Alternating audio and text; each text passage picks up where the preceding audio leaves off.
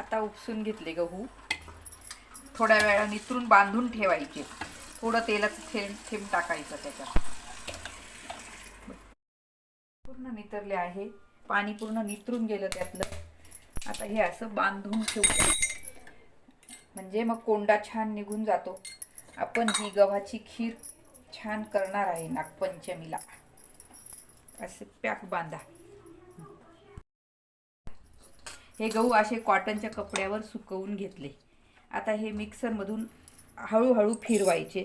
फक्त कोंडा निघेल असं फिरवायचं, जास्त बारीक करायचे नाही.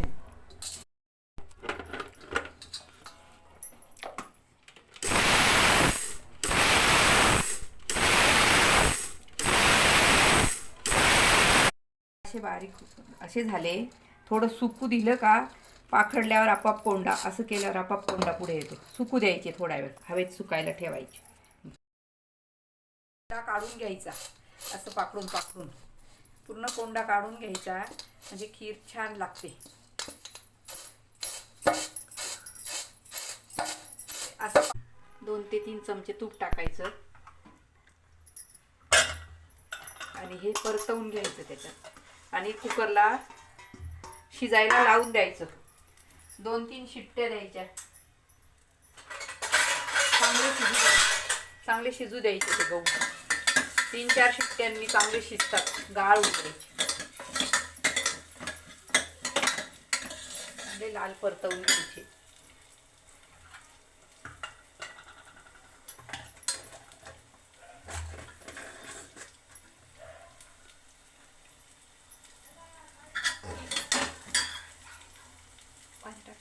चांगलं परतवून झालंय. आता पाणी टाकायचं. साधारण 2 ग्लास पाणी टाका. चांगलं शिजले जाईल ते त्यात. गहू आहे ना, पाणी जास्त लागतं त्याला शिजायला. अजून अर्धा ग्लास टाकूया. गॅसवर 2-3 शिट्ट्या देऊन घेऊ. साधारण 4 शिट्ट्या देऊन घ्यायच्या. हे छान शिजले गहू. आता हे आपण मिक्सरमध्ये टाकू.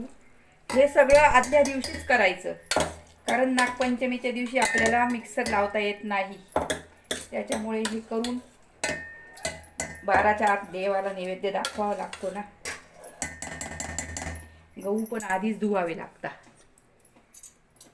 वेलदोडे टाकले, खोबरं टाकलं मी हे, आणि हा इतका गूळ. गोडच छान लागते ही खीर गव्हाची. तरी बी तुमच्या आवडीनुसार तुम्ही गूळ वापरू शकता. आणि हे आता मिक्सर लावून दळून घ्यायचं.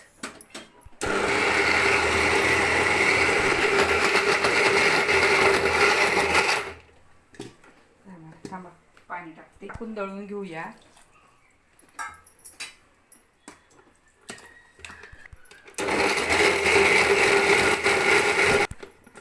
हे बघा, असं छान झालेलं आहे तयार. थोडं घ्यायचं मिश्रण आणि दूध कालवून खीर खायची. ही खीर मी एवढं मिश्रण त्यातून काढून घेतलं. त्यात आता दूध टाकणार. कोमट दूध आहे आणि हेही कोमट आहे.